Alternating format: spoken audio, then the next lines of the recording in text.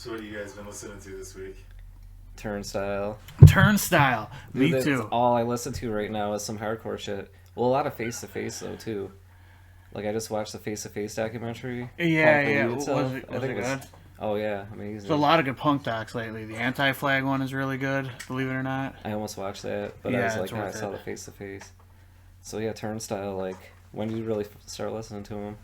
Literally like 2 years ago, but never was able to see them. But it was like, you know, like when you start with a band, it's sort of, Ween was like this too. It's sort of like you sort of take your wave with it. Like you'll listen to a couple songs or a record, and then you give then you'll give it a rest, and then you go more. Like that's how I was with Turnstile. Some bands I can listen to and it's just on from the get go. Yeah, like I don't even remember how I found him. It was like a random thing.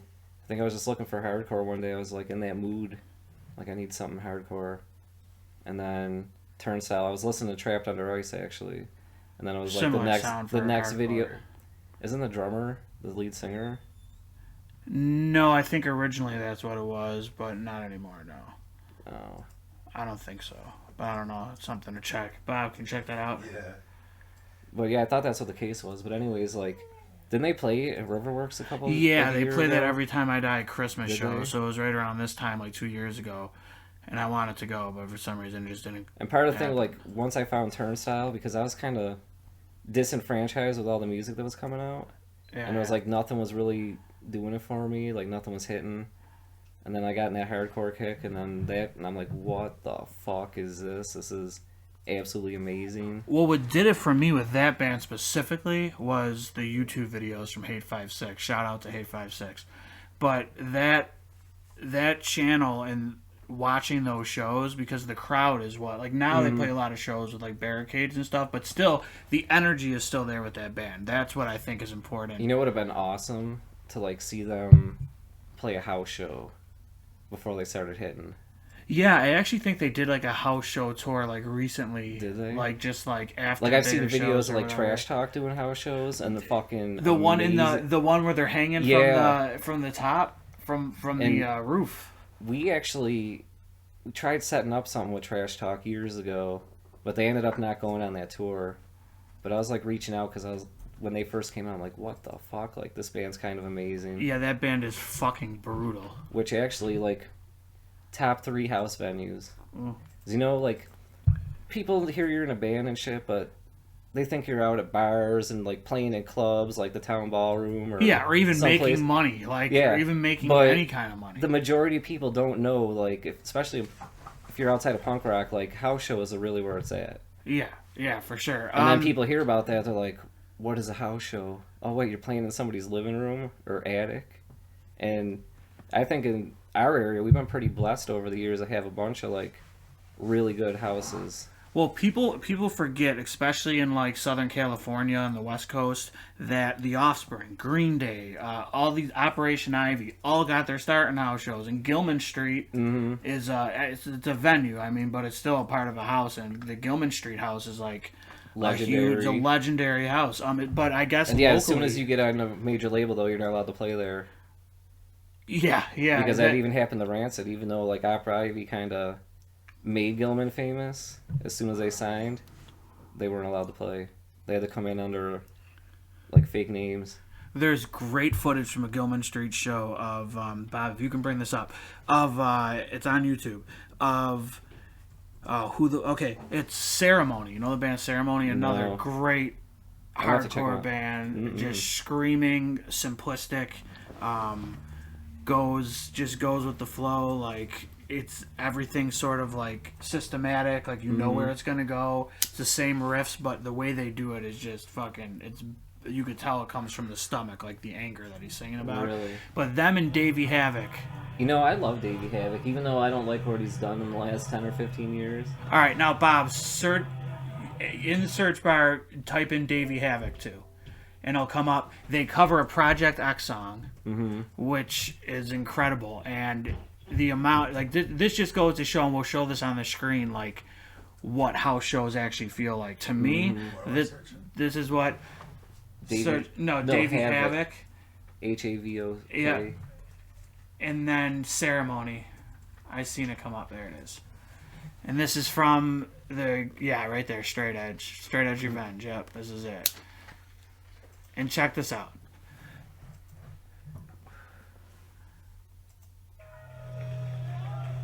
This is why you gotta respect Davey Havoc. You know, and that's the thing, like, people don't understand, but house shows are like, when you're playing in a band, they're more fun than playing at a bar or a club. Oh yeah, like, because everyone's there for one purpose, and it's two purposes: to get fucked up and have a great time. And you know the lack of rules. But even at this, so this song is for the straight edge people, right? And you'll see, it's still like this is what shows the unity in punk and hardcore music. This is what makes it. And these are all straight edge kids. Yeah, you know, you go to like a bar or even Broadway Joe's or something, and you got 10 people standing there like mean mugging. Yeah. You go into somebody's attic, you got 40 kids. Just like I was talking about last week when we got kicked off that Warbringer show. We ended up going to that house show, and it was fucking jumping. Yeah, So, it's always the better place to be. I said, you know, we pretty blessed in the Buffalo area to have a bunch of good punk houses.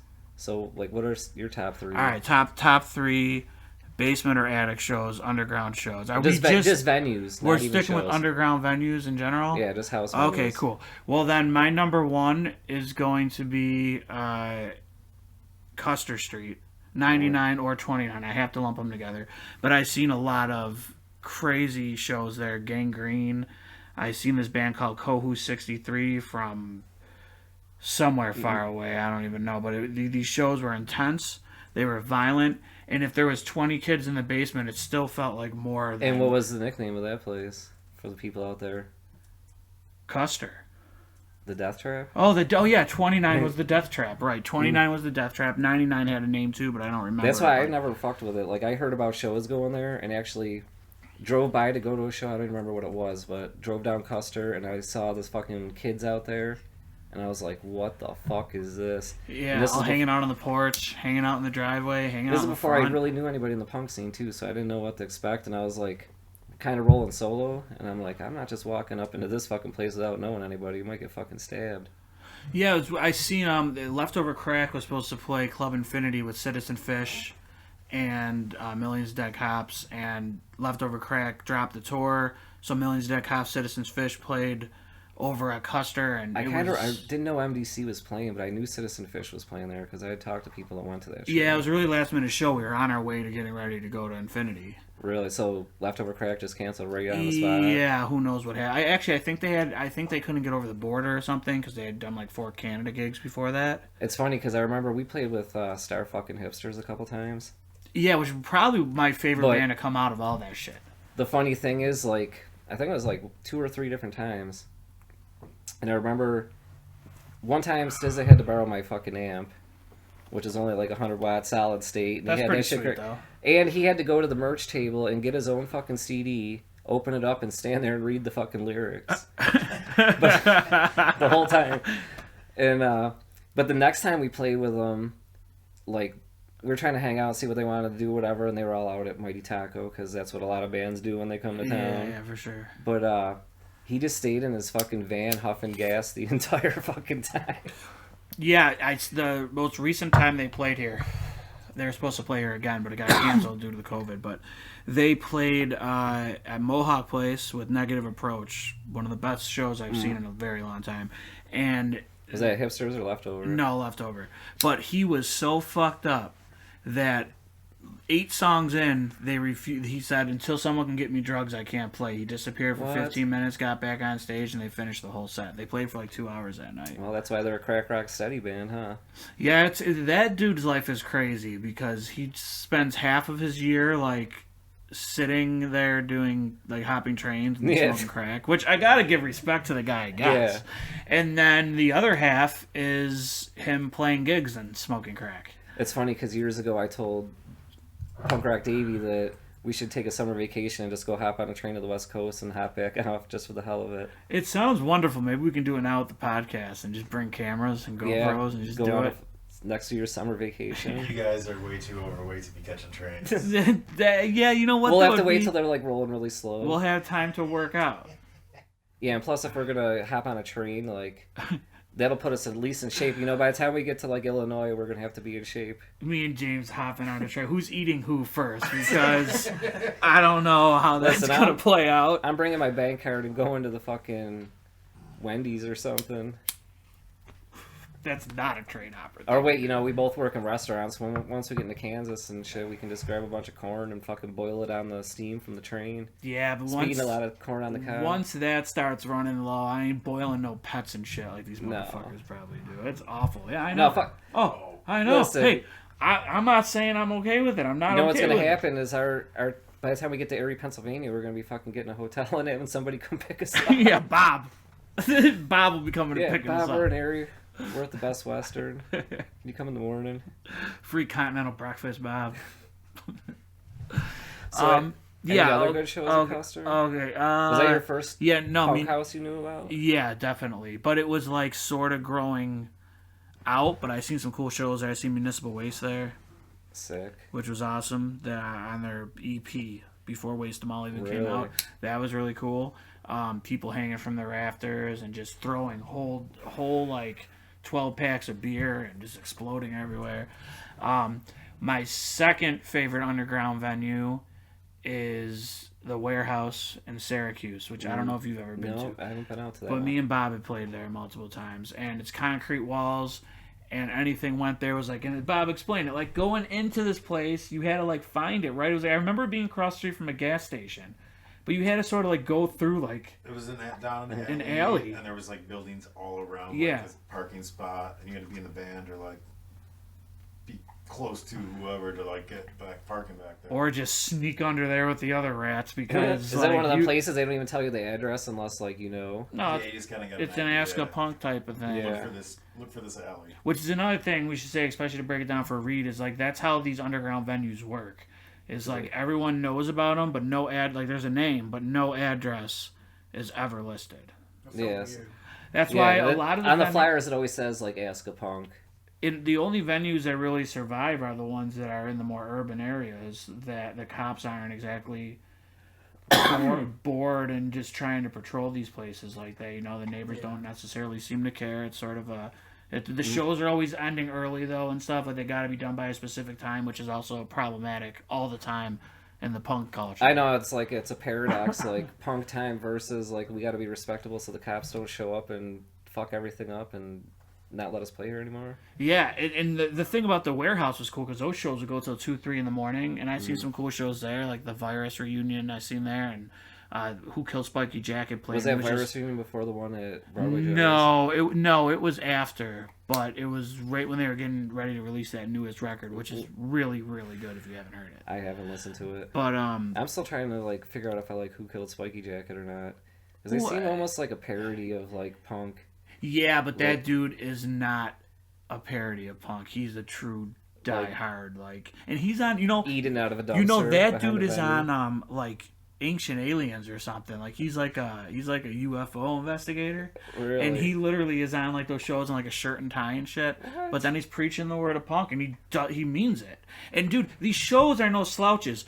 When you have people like me and Dave, out of all people, standing by the door ready to bounce at any given moment. Dude, concrete walls my asshole. Literally just fireworks going off everywhere. It's like you can't... And I've been in situations like that in basements. I know you guys had your cute little Disney fireworks stories last week, but compared to the shit that I seen, I don't want to be around them. You weren't even at any of these Buzzhound shows, so you can't just say they were Disney fireworks. I'm going by. Listen, no, I understand that, but at least you guys are like outside. Lives were in danger. I feel bad for that. I feel bad for that poor McDonald's worker that's probably still.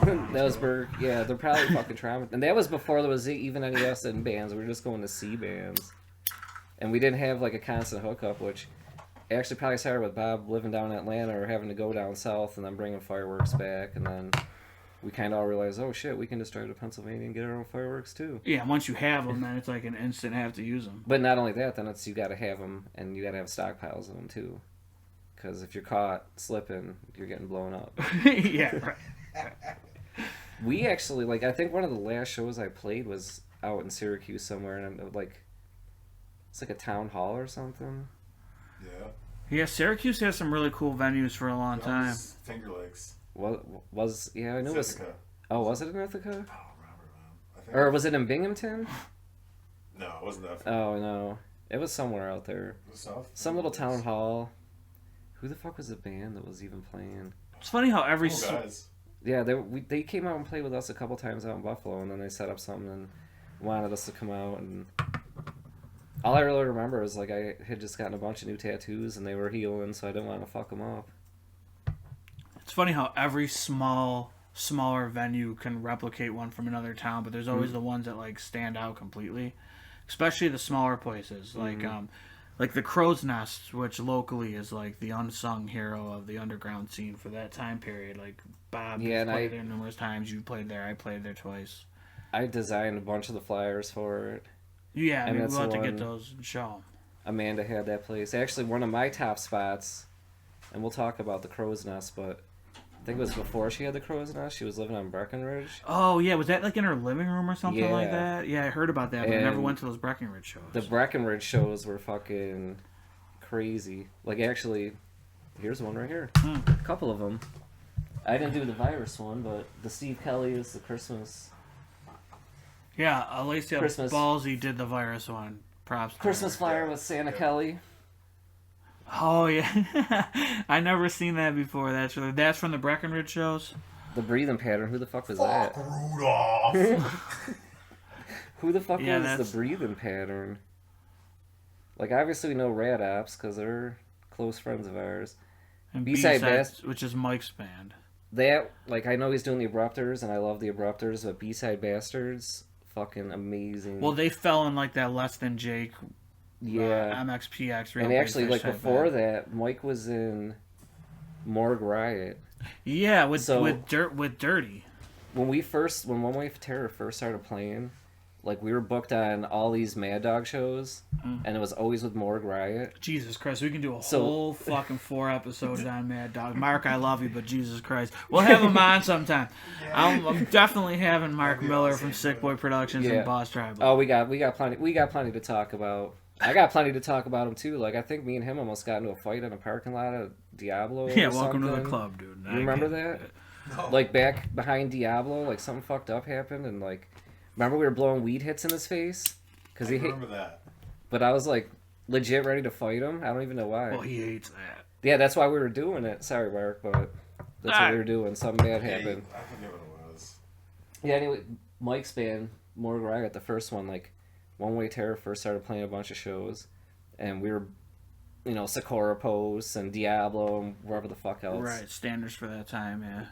Shows were going on, and we probably played like a good 7 or 8 shows with these guys and didn't even talk to them. Like, we were in our corner and they were in their corner, and we bought all their merch. Like, we have shirts and stickers and shit. But for some reason, like, we were coming up and we're like, man, these fucking people don't like us. Like, Casey Jones was in the band. Oh, Shout out to yeah, Casey. yeah. Shout out to Casey Jones. That's right. A lot. He's been. You'll probably be on someday too. We new, got stuff new to talk Kids about. on the Rock. I was Yeah. around for all those shows. But like 7 or 8 shows we played and we didn't talk, and we're like, these dudes don't fucking like us. Like, and meanwhile they're over there thinking the same shit about us. Like, man, these that's dudes how fucking it works like. unless someone introduces So themselves. what ended up happening is we're playing a show at Sakura, and it was something really like we had a bunch of people, like a shitload of people came out to see us, and he kept pushing us back, and like shit was just all fucked up, and a typical Mad Dog show. Sorry, Mark, but not sorry.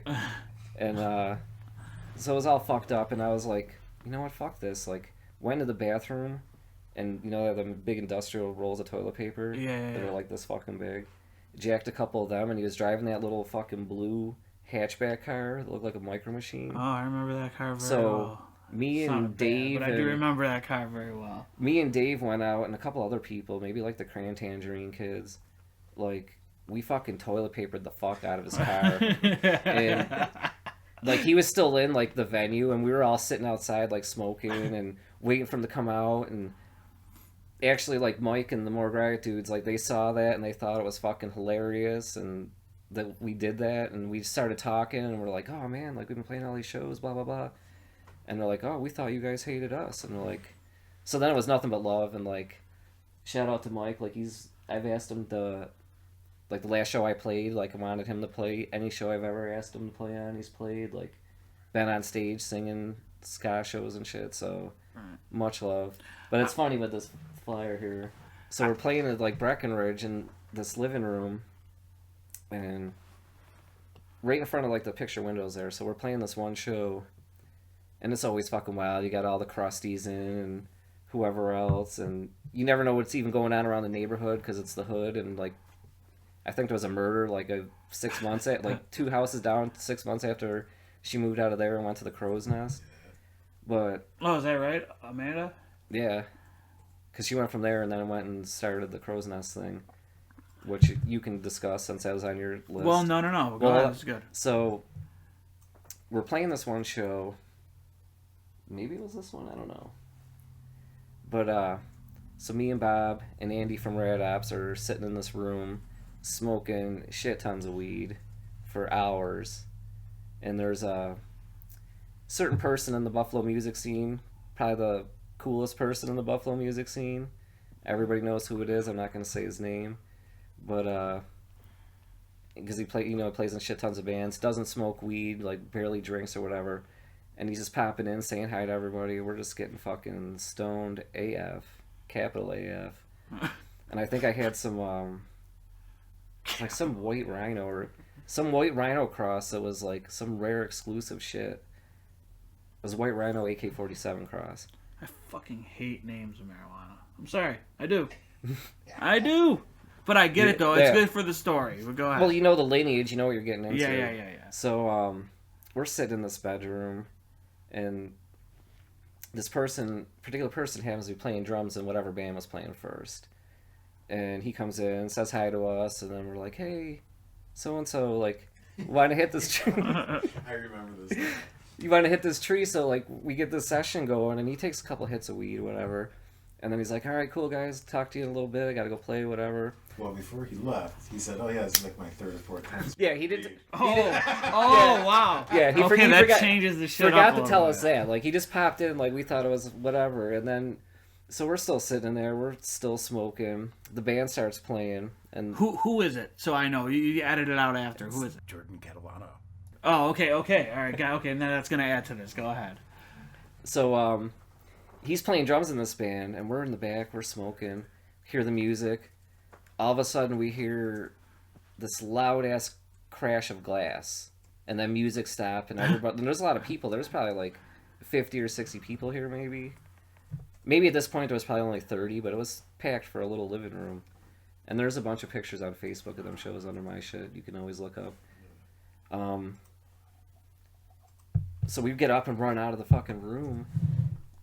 Jordan. Go on. So, bleep. I can bleep it out. Yeah. You can say So anyways, yeah. Jordan. Got so fucking high, he fell asleep while he was playing drums and fell backwards through the fucking picture window. Oh, I love that. So Onto the porch. We come out, Really? Like crawling back through the window back in the house. So then we're all like, what? And it's like, it's the middle. It might have been this show because it was in the middle of fucking wintertime. Like, there was a couple inches of snow out there. It was Probably cold was. as shit. And Was that one of his bands? I don't know. That band that you don't know who it was? Maybe. Yeah, That's all I maybe. could think of. Yeah. Because I don't know who the fuck that is. But That's funny, dude. so everyone's in a scramble. Like, this big picture window just got busted out. Like through a glass window, though. Like, right through it. playing drums, fell asleep, bam. I Something love I'm that. surprised Bob never fucking did. I don't know how. How come I can't get that high anymore? I can't physically get that stoned anymore. like I said, no matter he- how hard. It was the perfect combination. He didn't tell us till afterwards. That was only his 3rd time smoking. And the weed that I had, like I said, was this exclusive thing that I've been waiting quite some time to get. And we were already back there, like, probably a good 2.5 hours. Me, Bob, and Andy just smoking. So we have to rush, like, what the fuck are we going to do about this window? So people, like, run upstairs, grab a mattress. There's probably only even 2 or 3 mattresses in this fucking house. So somebody had nowhere to sleep that night other than, like, a hardwood floor. And then there was, like, this little half wall that separated the living room from the kitchen, but it wasn't in-sturdy enough. Okay. So, like, by the time we were playing, people were fucking, like, I thought for sure it was going to get broken. And at another point in there, like, Jake had set his guitar case on the stove, and people were like just chilling in the kitchen because I didn't want to get caught up in this little living room, and somebody leaned onto the stove, turned the burner on. So like halfway through somebody's set, there's all this like smoke and fire, and we were probably still in the room smoking weed, but people are like bugging out, and like his guitar case was like legit like, flames coming off. I had to fucking like grab blankets or the curtain or whatever blanket was being used as a curtain or some shit. Only fucking Jake. Yeah, so Breckenridge, like, just from the memories of that place. Sarah, I remember her breaking bottles off the ceiling. That Your Sarah? yeah. Just throwing bottles up and fucking hitting the ceiling, breaking them off the ceiling. It was out of control. Yeah, I remember Sarah when Sarah used to go see us all the time. She had some fun. She always and it was those. always at the house shows. And, I could like get my sister to come to house shows once in a while, or like some people that wouldn't normally go. But my brother been to like one, and then they go there and they're just like, wow, this is actually. There's a picture of it. And that's Breckenridge in the living room. Okay, so the window behind. Yeah, the I guess window it wasn't as behind big is as I where he thought it fell. was, but he fell right the fuck through it. It just broke that easily? Yeah, because he was just like, see where your dad is? Stumbled backwards. Yeah. Like he just fell. He didn't even stumble. He just fell backwards, like right through that window. How many people were there? There was a lot of people. Like this, I kind of remember this show. There's Metal Steve and Corey. Yep. We played kind of early before people came in, but behind like. Right from wherever this picture was taken, was somebody was probably sitting on the half wall. Reed, there's always sweet spots. You don't want to be first. You definitely don't want to be last. There's another picture like that I remember this. It wasn't that show. It was probably the one where the window got broken, and Dave used to clown me for this shit all the time because I would do this nonstop, and he was probably half pissed and half amused, but I would stop playing and just like start taking pictures of like. Dave just to fuck with it. At first I did it once because I was sitting there playing, my guitar was all fucked up, and actually that show like after when you would stop playing and taking pictures. I know. I can't wait to have Dave here to talk about this. Yeah, I would probably call it more of like an 80-20 percentage. Because Dave likes these stories. Well, I did it one day and then he mentioned something about it, and then I just kind of started doing it. I would take pictures of him in the middle of songs. But yeah, that was a really rowdy ass place. Really fun. And we probably played like 4 or 5 shows. Chris, where else were you? Did I list them all? No, you did 2. You did Custer. I did. You said Crow's Nest, but we didn't talk about Crow's Nest. Well, with the Crow's Nest, which is what Breckenridge came right after, was in the attic, and it was the first show I played with One Way Terror. And that's right. My last show was played there. And your last show was played there, and I was there, and then it was complete rowdiness. Like we thought we were gonna go through that ceiling on multiple occasions. Was that at the point where they knew they were getting evicted, so they just didn't give a fuck about anything? Actually, yeah, the show we played was the very last show. Party show. Yeah, that was the very. There's pictures and there's some video of that around somewhere. With really and like shit spray painted everywhere. You were there, right? I'm pretty sure everyone was spray painting everything. Every room was able to be used. All the shit was out of everybody's room. It was pretty much. I remember. And shout out to Amanda for having like the two of my favorite places to play in Buffalo too. Oh yeah, for sure. Anyone who holds those house shows. And I made a lot of flyers for that show too, or that place. And a shout out because I don't think it's one of yours, but a shout out to the Lair and Erickson for all the hard work he put into that basement, which would definitely be my. I thought that was your top 3, or was that your number 4? Well, that was my top 3, but I'm saying there has to be, he has to be mentioned because that place was recent and it was constant shows. So great. And he's pretty good about bringing national people in. Yeah. I know it's very metal centric, and for the most part, it seems to be like only the most underground of underground. Yeah, he has has followings and shit. Like I've been to some shows there; they're pretty fucking wild. Constant local shows that always had attention. There was a show there where there was like some fucking, I don't even know what it was. It was like a trance project. I don't know if I'd call it a band, but everybody's sitting on the floor meditating and shit, while this dude's playing fucking noise, and there was like lights and shit, and like it went from like this crazy, most underground metal you could ever think of. Like I don't even their guitars are probably turned like 3 steps down to B. Just to completely Like strings just flopping, like you just hit it and it just makes a noise. It sounds Yes, disgusting. because it's tuned so well. With like a really fast like bob on speed kind of drum beat. Yeah, Which that motherfucker plays too fast to begin with. Yeah. But someone faster you than really him. do, dude. Who, me? Yeah. Yeah, all Bob, your you. recordings of you playing, and, like, cause while I was editing and stuff, like I had to search on your Facebooks and stuff. Like, how did you think? Like, going The crazy. Side note, like the funniest fucking thing is, and you know, I've known your dad for 25 years. Like when we were in high school, he was playing in bands. I used to like be his roadie and shit years before we were ever in bands.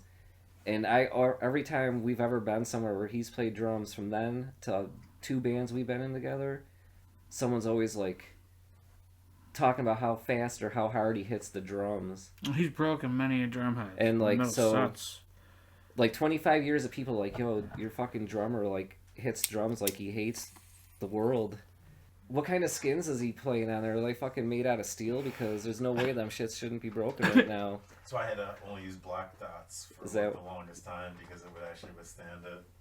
And it was funny because like, Did you ever play through those though? Oh yeah. Oh yeah. and it's funny because we've been around so long with the drums and this whole shit and like playing in bands. It's obvious we've had plenty of arguments and disagreements, or you know, a little not so many hug fests or nothing. Bob scares the shit out of me anytime. Wait. We had 0 hug fests. Yeah, I believe For that. the fucking record, there was 0 hugging. Yeah, I just wanted to sound a little bit better, like a little bit not as abrasive than it really is. So yeah, so it's been like an inside joke between us all these decades later about like he's just an asshole drummer, like fuck drummers, like you play too fucking fast. We're in a studio, like we're playing reggae songs, you're playing fucking 20 BPMs faster than you need to be, and blaming us. But Shit it like that. always worked But- though. He always holds it together I mean- while playing. That's the problem. But the Like, dude, you just drank a 24 pack of beers, you're passed out on the drums, but still somehow playing, and you're still playing them fad. Like, I've looked over and he's been asleep and playing drums. yeah. There's been times me and Joe looked at each other like this motherfucker has 2 But- more seconds to get his shit together. Funny thing is, I thought, like, me and my sister went to a show, and it might have been, like, I can't even remember. I want to say it was CKY at Mohawk, but there was another band playing, and my sister was like, don't you wish Bob played drums like this? And I don't even remember what the, like, punchline of the joke was, but I was like, don't ever say that to me again. Me and Bob, while we're on it, fuck it. Me and Bob, it actually involves Jake too.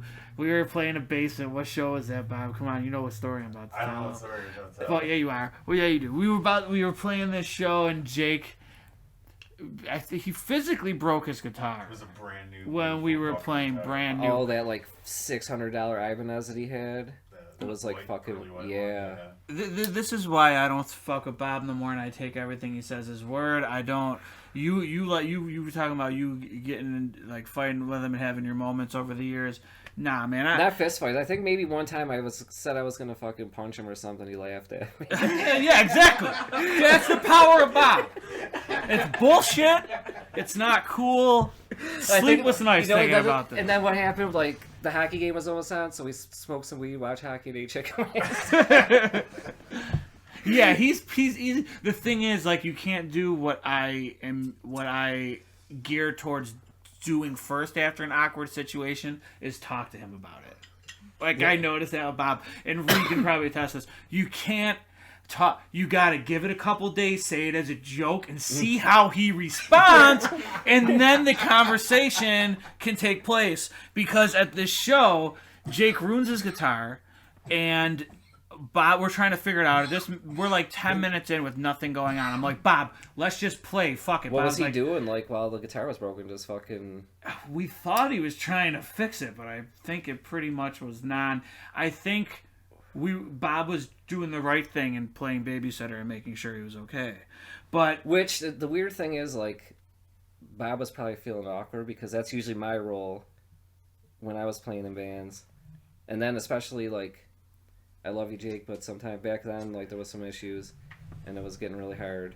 yeah, we all love Jake. So- Jake's a part of the family. Yeah, playing babysitter, that could I can see where that's Yeah. I can see. So, anyways, But, so, and here's me, this fat, drunken, probably coked out, stoned newbie, and I'm like, Bob, come on, let's go. Bob goes, and the Have you guys- first wait, have and you only guys- time I seen rage, and I've had one close fallout with Bob, and there was nothing like this. How many shows did you guys play up at this point? Was this like your first one, or was this like your... Man, I would say it's a little later than that. I would say definitely before 6 or 7. So you were just kind of getting used to But, it. and I remember going, dude, come on, let's play. He goes, he looks at me with his drumstick and goes, you don't call the fucking shots. and I just sort of looked down, and everyone had to hear it. We're in a basement with 15 people.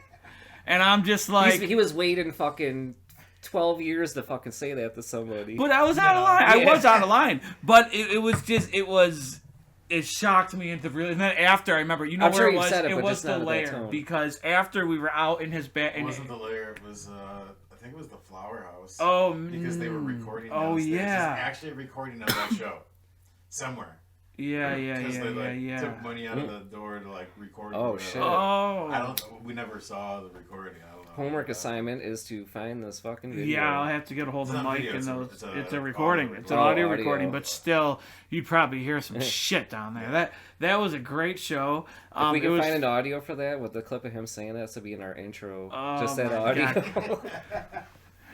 it was So what- frightening. what I ain't gonna happened? lie. So what happened after? So we're walking outside. I'm like, and Bob already probably knew me at that point where I was gonna be like, dude. You told him you were gonna hit him, and he laughed at you No, too. hell no.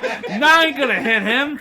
Listen, dude, I know who I am in life. I ain't hitting. I'm done with all that shit. Unless it's self-defense like it has been my whole life, I have no business starting fights. Not ever.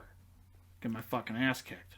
Now, back to Bob. So we go Hashtag out. short people We go problems. outside. We go outside, and Bob, I can hold my own, but I ain't gonna fight Bob.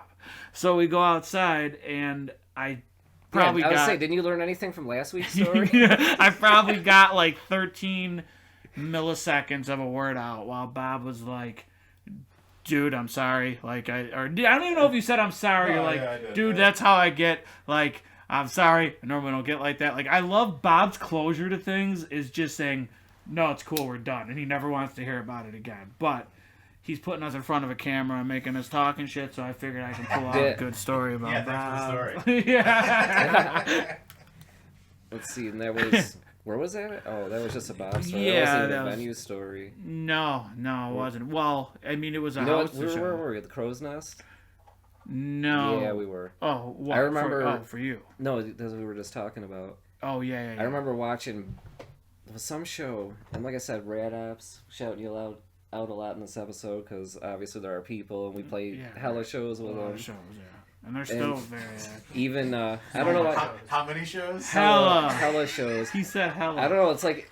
Hella's an Oakland thing, and I don't know why I say Are you it, from but- Oakland? No. Oh, well. It's like Cartman. Yeah, it's a Cartman thing, I think, at this point. No, it's why Huh? Cartman says it now. It came out of Oakland. No, like 10 years ago, last time Oh. anybody should have said it. No. Oh, my God. I don't know. I started getting high. I started saying hella. I was doing it the other day too. I noticed it. Yeah, I've been But- saying bro recently, and they used to call me out on it in the beginning because I've been catching myself now, but I don't know where the fuck it goes. Like, they used to just be like a joke. You start saying Yeah, shit like 'cause that as like a joke, and then it just becomes a part of your fucking talk. Which Yeah. one of you said silly? And that you guys were out there dying that one night because Probably. someone said silly. That was that guy right there. Probably me. Yeah, bro. So, Crow's Nest. Yeah, back to. So yeah, Red Ops like. And then there was a small time when Dave and Steve were All right. they had societal rock going, and which I fucking love that. I don't know what the fuck you idiots were thinking when you stopped doing that, but do it again. Yeah, that was a great. And I was great used to like be their three-piece. like little roadie, whatever, and then the Red Ops would play. Then we would play. And like one show, like some dude, I don't even know if anybody knew who the fuck he was. I think he came from like Rochester or something, but he was like trying to be a Nazi, but not really a Nazi. Like maybe he thought like irony was cool in 2012, and thought he was gonna come on with like some stormtrooper helmet and like doing all the fucking Nazi shit. Just to be an asshole, like, dude, you're taking punk too far. This ain't 1982. We're not at a germ show. Like, Yeah, right. and then, like, It's the second week in a row we've brought up Nazi punks. well, we're talking about punk. It's true though. I know. Yeah, it is But probably. it is 2020. It's And it is- prevalent. Yeah, and And it definitely was in the early '90s. we got to call out Nazis because, you know, they're back in a way. But anyways, this dude is, like, just being that obnoxious dude, and nobody knows who the fuck he is, and like you play these little shows, and shit does get wild. Like your gear gets knocked over. Like I know we were talking outside when we were cooking this delicious chicken that's on the smoker, talking about having gear issues at shows where like my pedal board's falling out or batteries aren't working, or I gotta go to Tops and spend $15 on fucking 9 volts for them not to work, and then like people being pissed like, why the fuck isn't your shit working? Yeah, right. But these shows, like I think a couple Breckenridge shows, people running and knocking speakers down on you, fucking those shows where people are like right there moshing with you while you're trying to play, like people grabbing your fucking That's what's so equipment. great about them. Yeah, And like it's just you really don't know what's happening. It's like you're set up and you're really just people are right there. Like somebody could be getting thrown in the drums. I remember one of the Crow's Nest shows. I want to say it was our guy Little Jake was so drunk he was passed out on Bob's like bass drum, Shout sleeping. out to Little Jake. Yeah, with him just stomping the shit out of this drum and just completely sleeping, snoring probably. He's one of my favorite people on this planet. Little Jake. Little Jake, yeah. I know. He's Little Jake, what are you fucking doing? Get your hilarious. shit together. Come hang out. But yeah, I got a lot of good Little Jake stories, but yeah. So anyways, this dude, he's like just being an asshole, and Rad Ops were playing, and it's all wild and shit. So I'm running back trying to like keep their shit plugged in, because I see like it's getting rowdy and people's getting their cords tripped up and pulled out. So I'm standing in the back, and yeah, because there's I don't no even- room. I mean, everything is so close quarters. I don't know if Jim was there, so he must have been playing drums with him at the time. But cymbals are falling down, so I'm just trying to keep it moving. And there's this dude and fucking like standing up front being an asshole and bear fucking drop kicked this dude in the fucking face. And then, like just from my like where I was standing back behind by the drums, like plugging guitars into amps. Just what I saw, like, he had the fucking metal helmet, probably had the little spike on top. He got fucking kicked in the fucking face and sent down, and then, like, everybody else that was getting rowdy kind of, like, moved into the back, and I think I heard a story, like, they might have thrown him down the stairs at the end of the night. Whoa. This was the show. This was the last show there. Was it? Or it was the one that you played, but that happened. And you were a part of bringing them down. Oh yeah, no, I wasn't part of bringing them down. I was throwing empty beer cans at him when he was That's going downstairs. right. But that It wasn't happened. the last show there. It had to have been. No, it wasn't. Was that my last show, maybe? It was one of the. Maybe. It only could have been one of the two because it was the only 2 times I was in that place. Yeah, so you were at that show, too? I was at. Remember, you handed me the guitar. Yeah, we were. That was my all- last show then, because I That was handed your you last I show. handed you Yeah. my guitar. Right. I guess next week we're gonna have to talk about that whole thing, but Yeah. The band Anyways. thing, It yeah. kind of sounds like you guys are a little violent. So where's this violence? Now it was all No. Nazi violent stuff. no, that wasn't me. All I was doing was No, plugging guitar chords. Yeah, I just watched. No, you I throw just beer watch cans and you were the one throwing beer cans. They were empty. But I Yes. remember everyone kicking them on. And I think. Yeah, so that I was- think Mitch was Yeah, Mitch had him. It was like the pushing them down because that was the Mitch's stairs. place too. Yeah. Because he was pushing them just outside. getting Yeah, them out. just try to get him the fuck out. Yeah. Yeah, it was For sure. blurry what happened. I remember from my vantage point, the way I seen Bear's foot into this dude's fucking face and the way he flew was fucking Wait, why did priceless. he drop kick them? Because he was just being he an was- asshole. He was being a Nazi And nobody asshole. knew, like, he had nobody there knew him, so he had nobody to vouch for him. He just somehow showed up. Like, I think he came from Rochester or something. Luckily, and he there was was just only showing up- one of them because, like we Yeah. talked about last week, they used to. Like, come if he in would have had a droves. crew, like, shit would have been a whole different story Yeah. we'd be telling today. There was a whole like Nazi punk crew that showed up to a lot of the hardcore shows and stuff, and But yeah, this dude just came out of nowhere. but that's crazy that there was just one of them though. And then another place that like one of my top 3 was the Turnaround, which was Logan from the Crack Horse's place, I think we played there once. I think. which was right around the corner from Broadway Joe's. Yeah, right. Yeah, we played that place. Yeah, somebody's CD release party. Right. And I feel like Anti-Warp Tour 2? Was that? Actually, I think it was because no, you know why it was? Because it was all supposed to be outside, and then it started raining, and they moved it to Logan's. Okay. and So that's that's exactly how what, I know the place. It was the Turnaround. Didn't Streetlight go there I think they did after that. the power went out at Broadway, or like where were The they power playing? didn't go out. Or something happened. They were playing at the waiting room, and the fucking floor caved in. They went to Two-Door after that. They went to Two-Door, and I think they went to a house and played a couple. Yeah, I thought they. songs too. I thought I had heard something about them playing. Did there, you go to that show? No, Sarah did. Oh, she Yeah, I did. remember her telling me about it. Yeah. Oh, yeah. She went with John. Yeah. Yeah. Right. I remember that. Yeah, so that would have been fucking nuts. They had to have been in the basement because there's so many people stomping to that revolutionary street ska. I love that band. I do too. More than Catch-22. Bob, where do you stand on that? Talk about underrated drummers. Yeah, I know. Well, the whole band, it's like ska Iron Maiden. It's fucking incredible. Like that's my main work jam is usually Streetlight for like 4 hours. I've been kind of doing like a People at work get sick of it from me, but I listen to them a lot at work too. Like I've been on this Rehasher kick lately, so I've been listening to like Rehasher for 4 hours and then going like straight Streetlight for the rest of the night. And then it's funny because like all the people I work with have no fucking idea what ska is, and they just walk by and they hear like Streetlight Manifesto as their first introduction to that kind of music, and they're just like, the servers in my work like it more than the normal music that me and my what brother the play. fuck is this you're listening to? Your death metal they hate the most. But yeah, like servers hate death metal. Yeah, it seems like the Turnaround was probably the place to like save shows. Like if shit was going wrong somewhere else, like show up there. Yeah. And we always a lot of those basement shows are saver shows like that.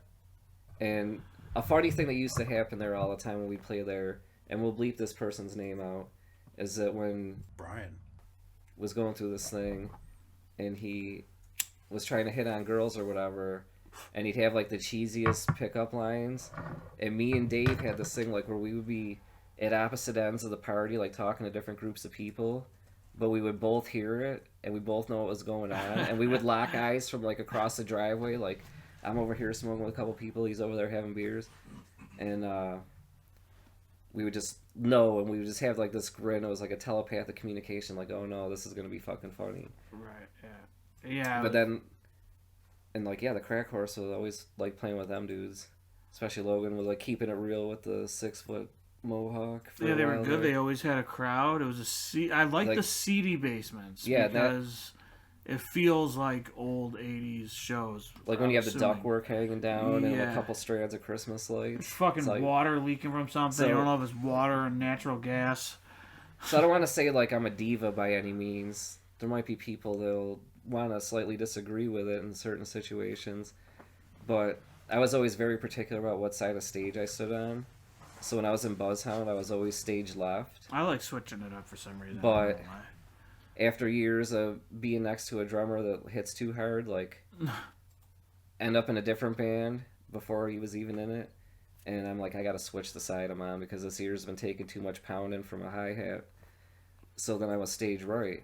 And then, like, it just, like, every show, like, I have to set up on my side. Like, no, we're not, Right. Buzzhound tried one time at a show where we tried switching the order up just for the hell of it from where we stood, and it was a complete fucking disaster. It was like, we're never, just like trying to play a show in like a half step down.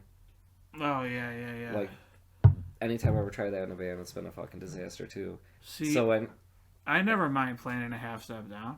Yeah, I don't know. It's like, so, especially if you got like a little bit of open, I don't know. It's when you start tuning to like drop A and drop B and shit, where it just becomes like if you're writing your songs and a half step down, that's fine. But you don't take a song that was written standard and then drop it down and try to play it. No, I agree.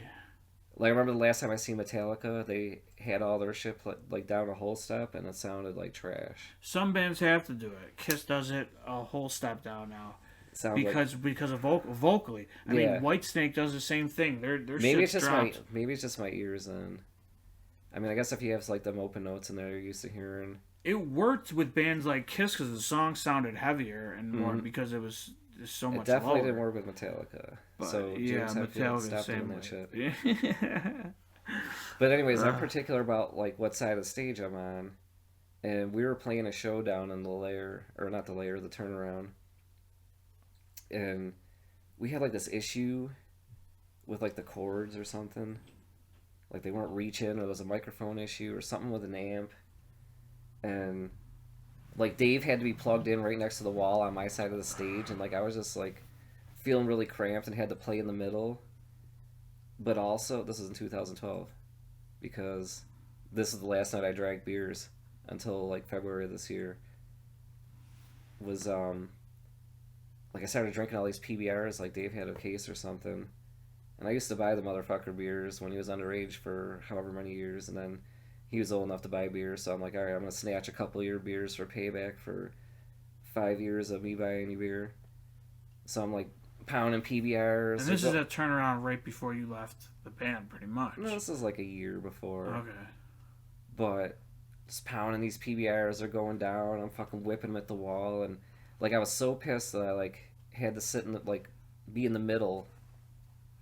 So I was drinking beers. I don't even know what the fuck my problem was, but I just could not be in the middle and wanted to be on my side. But I let him like, all right, Dave, and he was like giving me some shit, all in good fun. But yeah, I don't know why it never bothered me where I was standing. I guess the only time it does is when like a building or a venue is set up weird enough to the point where like one side is going to be cooler advantage point wise. Mm-hmm. Like a Broadway Joe's, you don't want to be standing behind a pillar. Yeah, and just like room for oh yeah, that was the worst. Yeah, that's another good topic. But so yeah, I'm fucking drinking like all these beers and shit, and then like finally I was fine. We played the show. There's a picture on Facebook I have where I'm standing in the middle. I'm sure Bob will find it. We can post it because I was getting some PBRs in, but I woke up the next day with like a 5-day fucking hangover, feeling this complete fucking trash. Standard. And I was like, Yeah. I didn't really drink beers to begin with, but I was like, I'm not drinking a beer again. So I didn't drink for like 8 years. But that night, like, just needing to be in the middle of my spot. But that was a good. We played another show there, and it was like these. Prima donna James over here. Yeah, not a diva, but it has to be exactly the way I want it to Yeah, you see, yeah, it's like. There's nothing wrong with that, James. I'm pretty flexible in other things. There's certain particular things that shouldn't, only bothers me and shouldn't bother anybody else. Like, Yeah, it just happens I that way may sometimes. need preference on that, but the rest of the shit I'm open for. Yeah. We played this other show. Had some like hardcore bands from Long Island, and they were actually really fucking good. And like Do you remember the name or no? no, Any of the names? hell no. Who the fuck were they? Never know. But like they didn't have any weed, so we're smoking them up, and like we got these dudes so fucking high before they started playing their hardcore shit. Like they were supposed to be playing fast and heavy. They ended up playing slower, so it ended up like. Probably sounded cool though. It did though. That's Yeah. what it worked, and Like like everybody Doom. loved it, and even they kind of loved it too. They're like, man, we were so fucking high, and usually we're faster, but that was kind of awesome. Yeah, Like you get them random little things, like you get encounters, you bring in weird bands you never heard of or know about. You always it's got nice somebody, to have a network like that. and then you too. always get like the train punks like come with their acoustic guitar, like sit on the porch and sing some Mischief Brew songs. Yeah, right. Yeah, that's a normal thing now. It's like every show has to have a punk dude with patches on his tight pants sitting there and playing acoustic songs. One spot that should be like talked about as like a legendary spot, but I've never went to a show or never been there, is the Bird Haus. Oh yeah, the Bird Haus. We play the Bird Yeah, Haus a really? bunch. No. Well, for the longest time, the Bird Haus like was their own thing, and like you only could be part of the Bird Haus crew. That's you know what? There's some truth to that, Bob. We played there because of Dave Ward. Did he get into? Oh, did he get tight with the Bird Haus? Well, kids? yeah. I mean, the way it's always worked, and we've talked about this before, is like, and Bob can attest to this for sure.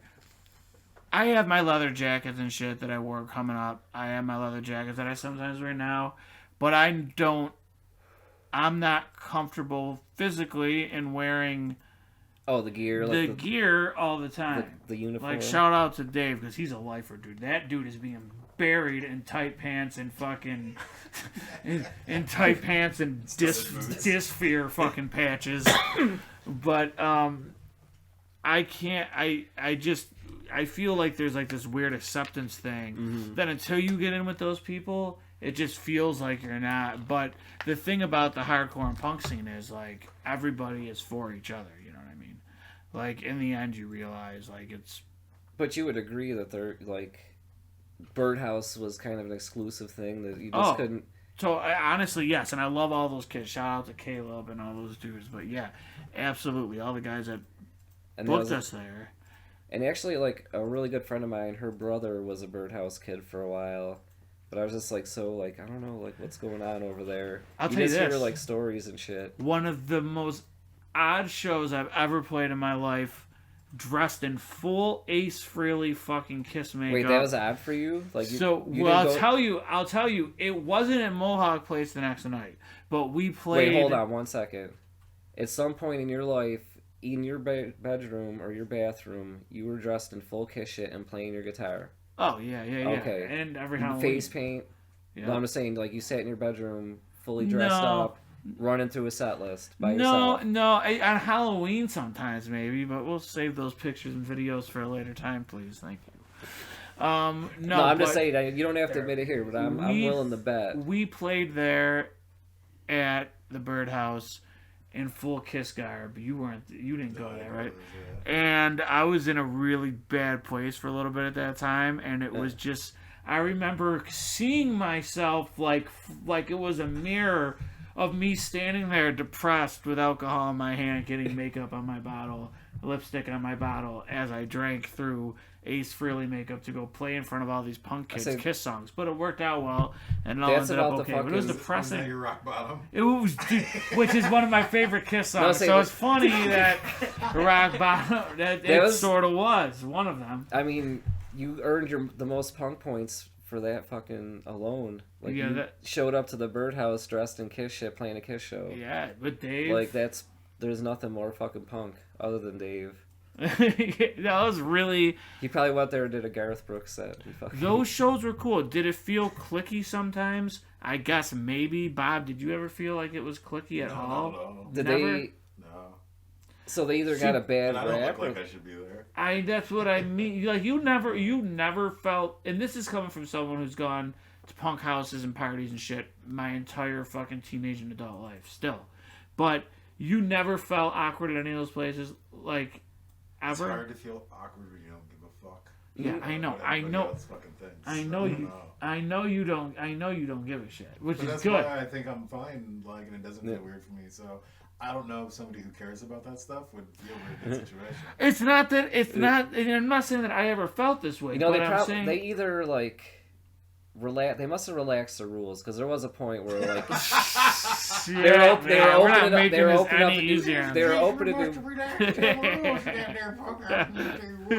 did. They must have opened up to new membership. You know what was another fucking sweet new place? Membership? Yeah, like it's a Blockbuster card. Yeah. You could only go to the Bird Haus if you knew somebody, and then all of us, like, later on, like, more people are coming in. Well, yeah, but I guess that was maybe more of like probably... a police type thing, so it didn't get shut down. Yeah. Or... Because the problem was all those people were, like, calling up and fucking narking on house shows for a while. Well, that's so, like, what... you didn't let people know because nobody knew who the fuck was calling and blowing in these spots. And so, like, I don't think it was exclusive because it was, like... You had to, but it was like, even dress up or anything. It was more like, or like live a certain lifestyle. It was more like we got shit going on here, and we don't want to be fucked up.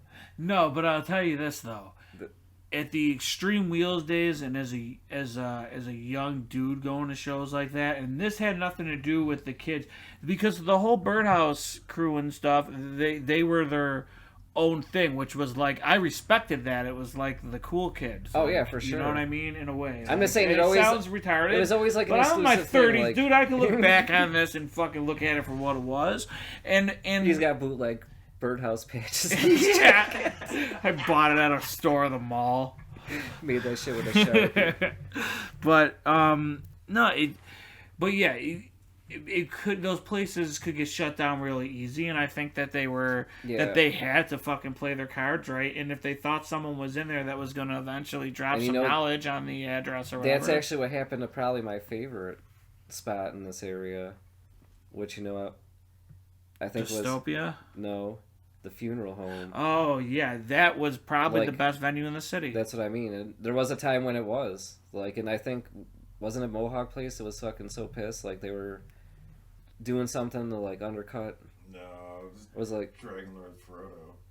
Oh, so that dude? there's a bigger story behind that whole thing with funeral home, but I don't know how far I should go. yeah, to no, we can But- just talk the We funeral. should Like, probably just have Clint on. yeah, But yeah, that's Just true. have Clint on top, We like, can. say whatever he wants. But it, my first time going to the funeral home, walk up and you see the sign like with the house rules, which you definitely need to have some house rules posted, so yeah, liabilities and general whatever. rules, yeah. Number 2 was no juggalos. But they Like- showed up though. I mean, Yeah, I know there was a juggalo crew there, but that not only because of all the different bands that were playing there, but obviously the vibe of playing these metal and punk shows in a funeral home. right.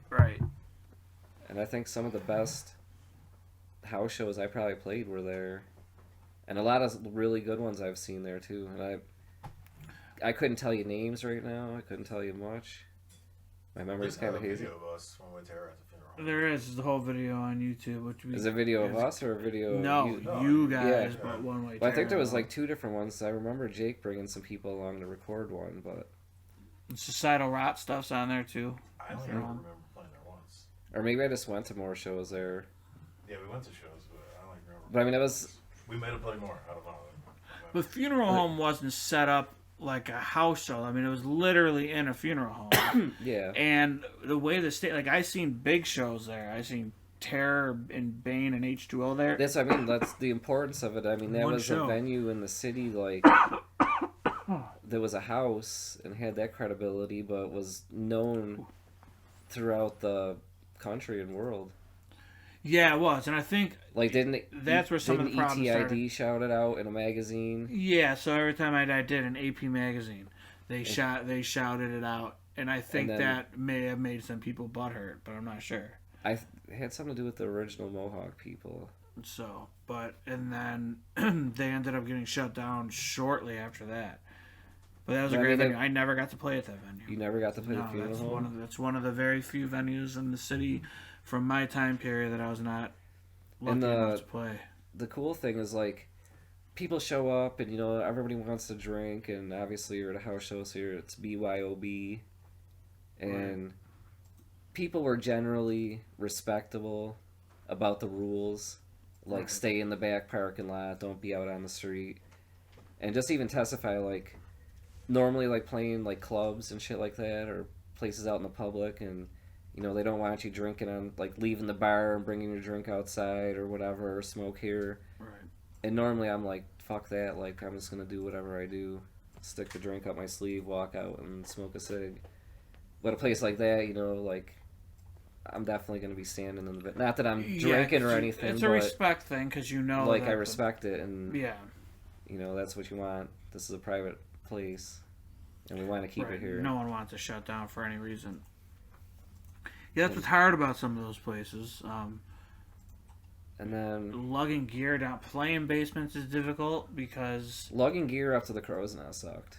yeah, that was shitty. I remember doing Like that. the little tiny hallway, and you got to go up 3 stairs to the 3 stories to the attic. That was a scary ass attic.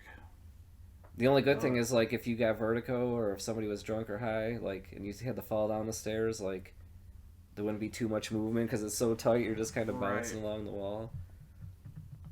And then when One Way Terror first started, we played there was a house show or a house right off of Elmwood,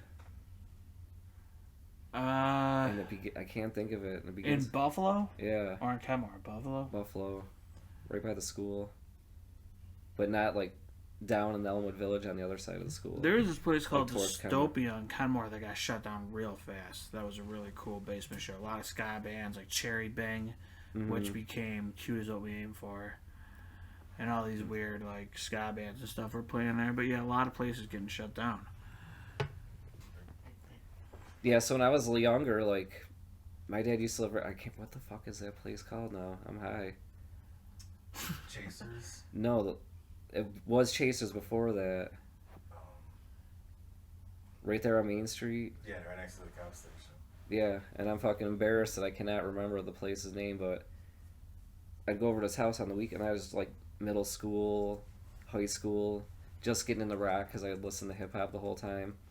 But they used to have these Sunday hardcore matinees, and I'd be at my dad's house on the weekend. Yeah, like the 5 p.m. shows or whatever, 3 or 2. Like 2. Yeah, and they just have like either the local hardcore bands of Lockport High School and probably a couple nationals. Like I know Snapcase used to play there early on.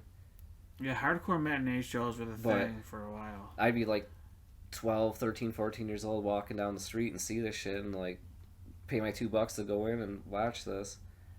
And like my first introduction to hardcore and shows. And then found out there was a house somewhere in Lockport. Kendzies. Kendzies. Kendzies. I know, I was kind of embarrassed I could not remember that Yeah, I place's never even name. heard of that place. Yeah, Kendzies was like, that's the first place I ever seen cocaine. I was at one of these matinees, and it was like a 3 o'clock on a Sunday afternoon, and went in and was watching these bands, and like I didn't have any friends I had like in the scene or anywhere in general at the time, so I wasn't like hanging out with nobody. I was just myself. Yeah, figuring out like watching hardcore. Yeah. Even though I'm like a hip hop kid, like I'm trying to figure out where you fit and stuff, and trying to meet some digging friends, this new I'm not even trying to make friends, just like digging this new sound. And like I think the bar owner or something was sitting down at the booth right where I was standing, and like had a waitress there and like whipped out a bunch of coke, and they started chopping lines up, and it's like 3 o'clock on a Sunday, and I'm just watching like this band with X's on their hand. I didn't even know what the fuck that meant really at the time. Yeah. But there was a house like some of these kids from these bands would end up going to, and I don't remember where it was, but I'd show up to these houses and they would just play in the garage. It was kind of cool. So that was like my first punk house I'd ever seen. Probably like 13 or 14. And they still exist. They're out there. Like there's still like there's that place over on Grant and Amherst Street. What's behind Tops right now that does shows at an old like broken down like putt golf thing. Yeah. Because I grew up over there, and like we used to sneak through the thing and go in there and play putt and shit. But it was people would go in there and skate and shit. Oh, nice, kind of like a ghetto Extreme Wheels. Yeah, well, because they would have the like the pools and shit from when it was a putt course. Like the little fucking thing with the filled with water and shit, the little fake lakes and shit. You know what I'm saying? Mm-hmm. But now they throw shows there and stuff. But that's real quiet and hush hush and ask a punk fucking shit. So yeah, we should probably not talk about that. Well, yeah, you talk about it. Yeah, bleep the location out. Yeah, I guess the location might have to be. All right, you know what? We should try a new segment on this podcast since we've been talking awful lot about local bands, like a "Where Are They Now" kind of thing. Like we figure out like a band that we remember from a while ago, and then wonder where they are now, and maybe if they hear us, they can get a hold of us and let us know. Who do you got? Switch 86. Switch 86. Switch 86. They sort of brought me into Buffalo punk music, and they were drawing easily 300 people at Extreme Wheels on local gigs. It was insane. Like I think I've heard the name. I'm not really familiar with the band. And then One Way Terror, when I joined the band, they did one reunion show at Two Door Lounge that we played. That was a shitload of fun. You remember that show? Yeah. That was a good time. So, So what are we gonna do? We're gonna figure out, try to talk to them, have them. Well, I don't know. Just where are you guys now? Yeah. Like what's the deal? Yeah. All right. Let us know if somebody else knows. Let us know. Then we can got? review. Then we'll find out. We'll have a cool name for that. Here they are. Yeah, just have a show. What about you? We don't have a Here They Are segment, so I guess I'll do another Where Are They Now. I'm gonna say, and I kind of know where they are, I guess, because I'm friends with all of them on Facebook. One Way Terror. No, the Cran-Tangerines. Oh yeah, they were. Like I know there's some of them are in bands. I see y'all on Facebook, but when we first came out, like they were starting the exact same time we were, so we played a lot of early shows. A lot of the Morgry, it was a lot of Morgry, Cran-Tans, and One Way Terror bills. Remember? I shouldn't tell the story, but I should tell the story. That was story. Remember got his it now. girlfriend would just come and sit right next to him when he was playing Yeah. stage? Yeah. Sit next to who? Are you kidding? Like, No. That's Yeah. horrible. Yeah. And yeah. the funny thing is, like I'm 10 years older than Dave and Jake and Andy before Bob joined in. And then they were still there, like, when your dad came in. But they were, like, 16, 17-year-old kids. Mm-hmm. And, like, everybody else was, like, Dave and Jake, like, 22, 23 maybe at the time. But she would sit there with Yeah. him? Right next to him. Would she like pull up a stool, just sit down and be like, Nope, on the floor. Just, Oh, sit on the- even like, worse. Indian style. Yeah. Cross legs. So, anyways, like, they were starting the same exact time. They were younger than us, and we played a lot of shows together. And you know, I kind of want to see, like, where are you guys now? What about a reunion show when the pandemic's over? And like, there were little Right. kids, like Evan, the lead singer, like he's a fucking bodybuilder now, so he's completely jacked. Well, they did really good at bridging, like, hardcore and punk music, I feel. Like, it was a different I feel mean, it was from like what they other were- bands are doing in the area. You know, they were like 16-year-old kid. Like, when's the last time you really seen 16-year-old kids like try to be a punk band? Actually, it's happening at that place I'm telling you about. Is it? Yeah, it is. My ex-boss's daughters go there, and I still see them around the area, and they go there. And 'Cause, I mean, what it's 16-year-old new. kids There's are a really band starting? called Muddle, yeah, it's Muddle. Look up Muddle from Buffalo, New York. Look them up. Bottle of pud. No. Yo. So, They're gonna watch this and immediately change their name. Look up Muddle. So the fucked up thing is, like, I hate Puddle of Mud. We've talked about Yeah. it. We're gonna talk about it more in depth, but that's a fucking not now. But wait, their name is Muddle of Pud? No.